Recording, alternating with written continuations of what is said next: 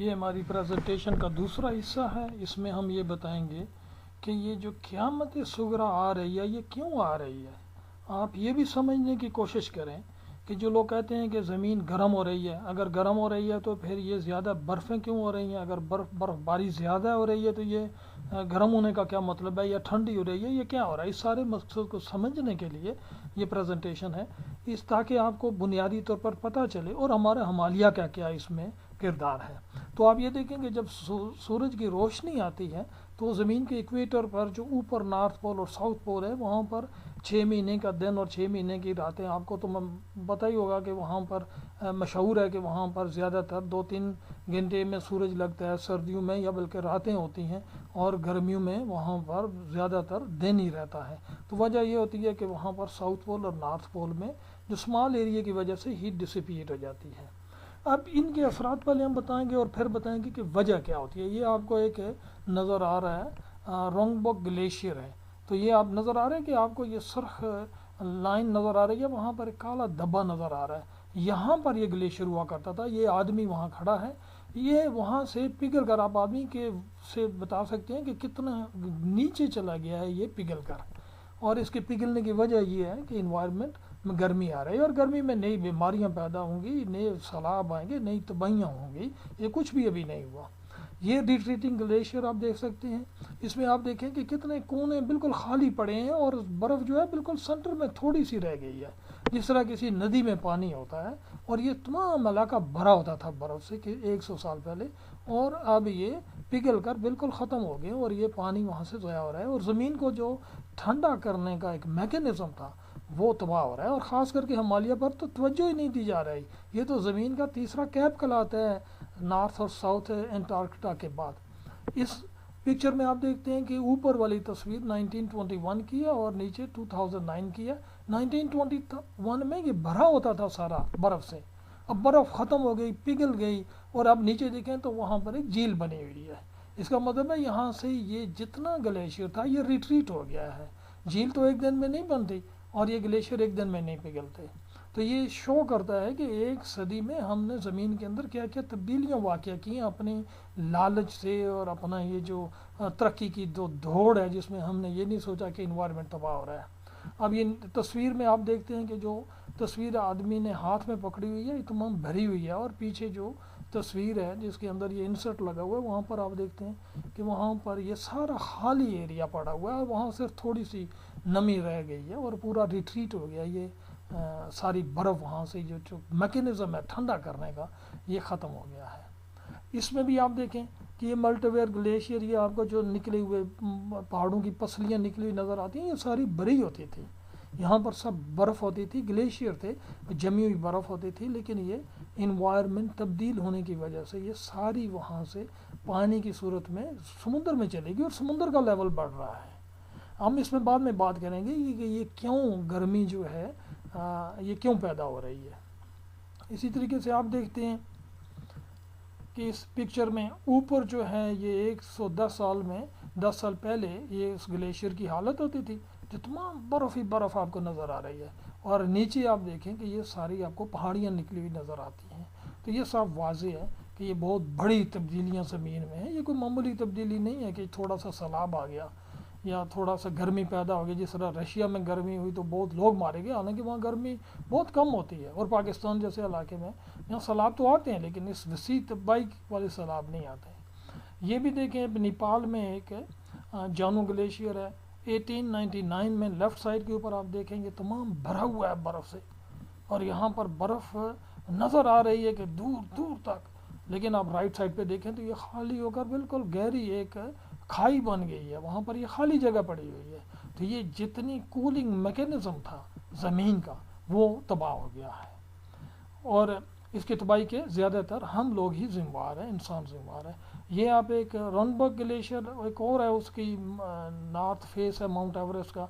अब left side पे देखें 1921 में ये बिल्कुल भरा हुआ है बर्फ़ से, लेकिन आप राइट साइड पे देखें 2007 में तो ये खाली आपको नज़र आता है, बिल्कुल नीचे थोड़ी सी तह में थोड़ी सी बर्फ़ रह गई है, और वो भी बड़ी तेज़ी से पिघल रही है। जबकि पीछे आप देख रहे हैं कि पहाड़ों के ऊपर एक 1921 में कितनी बर्फ़ थी, और अब वहाँ पर क्या रह गई है, बिल्कुल वो भी गिर रही है, नीचे आ रही है। ये एक और उसका हिस्सा है माउंट एवरेस्ट का। 1941 में आप देखते हैं लेफ्ट साइड पे भरा हुआ है बर्फ़ से, और 2008 राइट साइड पे ये सारी की सारी बर्फ़ पिघल गई है। तो सबसे बड़ा ग्लेशियर तो पाकिस्तान में है। इसी तरीके से सियाचिन ग्लेशियर है, इस तरीके से और बहुत सारे ग्लेशियर हैं जिनका हम बाद ज़रा जिक्र करेंगे। ये सारे आहिस्ता आहिस्ता आहिस्ता आहिस्ता पहले मेल्ट हो रहे थे, अब बड़ी तेज़ी से मेल्ट हो रहे हैं। इसका मतलब बड़ी तेज़ी से तब्दीलियाँ आ रही हैं और हमें उसी के लिए तैयार होना चाहिए।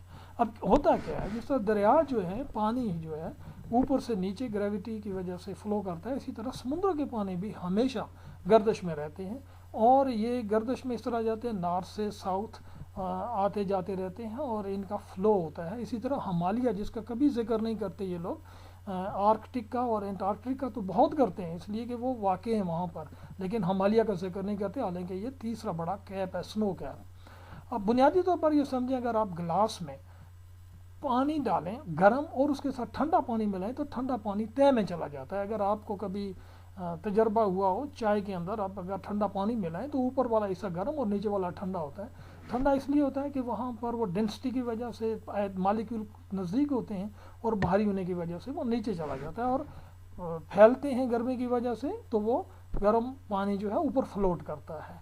बिल्कुल यही होता है समुद्रों में। जब साउथ पोल के ऊपर सूरज होता है तो वहाँ बहुत गर्मी होती है, 6-7 महीने की तो वहाँ दिन होते हैं, तो वो गर्म पानी फिर क्या करता है कि समुद्र की सतह के ऊपर सफ़र करता हुआ नॉर्थ की तरफ जाता है, और नॉर्थ में वहाँ ठंडक होती है, वहाँ पर ये पानी ठंडा होकर फिर बाहरी हो जाता है और नीचे चला जाता है। तो इस तरह ऊपर सतह के ऊपर जो पानी है समुद्र का, वो नॉर्थ की तरफ जा रहा होता है और नॉर्थ वाला साउथ की तरफ। तो नॉर्थ में जो ठंडक होती है ऐसे ये कैप्चर करके इस तरह ये नीचे ले आता है, और ये सिलसिला फिर गर्मियों में अपोजिट हो जाता है, जब नॉर्थ में सूरज ज़्यादा होता है और साउथ में सूरज कम होता है, तो यही सिलसिला फिर अपोजिट हो जाता है। लेकिन ये नॉर्थ साउथ दोनों बैर ओकियानूस और बैर अलकायल पैसिफिक और अटलांटिक में जाता है, लेकिन हिमालय में जो बैर हिंद है यहाँ से ये वापस चला आता है, और इस सिलसिले में जब ये वापस आता है तो यही काम ये मानसून और ये कूलिंग सिस्टम और यहाँ पर ये क्रिएट करता है। ये आप इस नक्शे में देख रहे हैं। तो बड़ा एक आसान मैकेनिज़्म है कि ये पानी की गर्मी की ट्रांसपोर्ट का मसला है। नॉर्थ में जो ठंडक सर्दियों में ज़्यादा हो जाती है वो भारी पानी नीचे समुद्र में चला जाता है, और ऊपर का पानी जब नॉर्थ की तरफ जा रहा होता है तो नीचे वाला साउथ की तरफ बह रहा होता है। इस तरह ये हीट के मैकेनिज़्म को ये ट्रांसफ़र करते रहते हैं और डिसिपिएट करते रहते हैं। इसमें आबी हयात, समुद्री हयात और ये सारा इन्वायरमेंट इसके ऊपर बेस करता है। अब ये सर्दियाँ इसीलिए होती हैं कि वो जो ठंडक वहाँ पर नहीं ला सकेगा पानी, गर्मी की वजह से ऊपर ही रहेगा, ठंडक नहीं होगी, तो वो सारा फिर एक आइस से शुरू हो जाएगी, फिर बर्फ़ें ज़्यादा होना शुरू हो जाएंगी, तो ये गर्मियों के मौसम भी बढ़ना शुरू हो जाएंगे और सर्दियों के, तो हमें स्प्रिंग वगैरह मिस करेंगे। तो ये आप देखते हैं कि ये इंडिया पाकिस्तान ये पूरा रीजन है, इसमें चाइना भी है, तो इसमें आपको ये सुर्ख जो नज़र आ रही है सारे ग्लेशियर हैं। अब ये सारे ग्लेशियर बहुत बड़े बड़े स्नो कैप्स हैं, और अगर इनको तबाह कर दिया गया, अगर ये आस्ता आस्ता मेल्ट हो गए, तो ये पूरा इलाका जो है, ये पूरा रीजन जो है, ये जो आपको सुर्ख लाइनें नज़र आ रही हैं, गर्मी वापस आ रही है और सर्दी ऊपर जा रही है, ये सारा इन्वायरमेंट का जो सिस्टम है ये ख़त्म हो जाएगा। और जब ये ख़त्म हो जाएगा तो इसके नतीजे में क्या होगा कि आइंदा आने वाली नस्लें उनके लिए यहाँ पर रहना बिल्कुल इम्पॉसिबल हो जाएगा, इसलिए कि ये सारा इलाका डेजर्ट बन जाएगा। और उसके लिए वो आपको कोसेंगे कि हमारे बुज़ुर्गों ने इस सिलसिले में नहीं किया। तो मुख्तलिफ़ लोगों ने मॉडल बनाए हैं, मॉडल का मतलब कंप्यूटर पे सिमुलेशन की है, और इसमें आप देखते हैं कि ये सारे सिमुलेशन ये 2000 और 2050 में आपको नज़र आ रहे हैं। जो भी मॉडल बने सब यही इंडिकेट कर रहे हैं कि अगर इन्वायरमेंट इसी स्केल के ऊपर तबाह होता रहा तो 2050 तक समुद्रों की सतह भी बढ़ जाएगी और यहाँ इन इलाकों में रहना इंसान का नामुमकिन हो जाएगा। तो उसके लिए सबसे बुनियादी चीज़ ये है कि हमें इस वक्त हमें, अगर अब हमने ना सोचा तो ये कभी भी नहीं होगा। ये जितना इंडिया पाकिस्तान और ये जितना सेंट्रल एशिया आपको नज़र आ रहा है ये सारी ड्राई लैंड में चेंज हो जाएगा। इसके लिए इस सिलसिले की ये दूसरी प्रेजेंटेशन है। हम इंशाल्लाह ये और भी कोशिश करेंगे कि आगे ये प्रेजेंटेशनें करते रहें। इसमें आप सब लोग बुनियादी तौर पर ये कंसेप्ट समझें कि ये सारा जो इन्वायरमेंट है ये सब हमें अफेक्ट कर रहा है और उसके लिए हमें मिलकर काम करना होगा।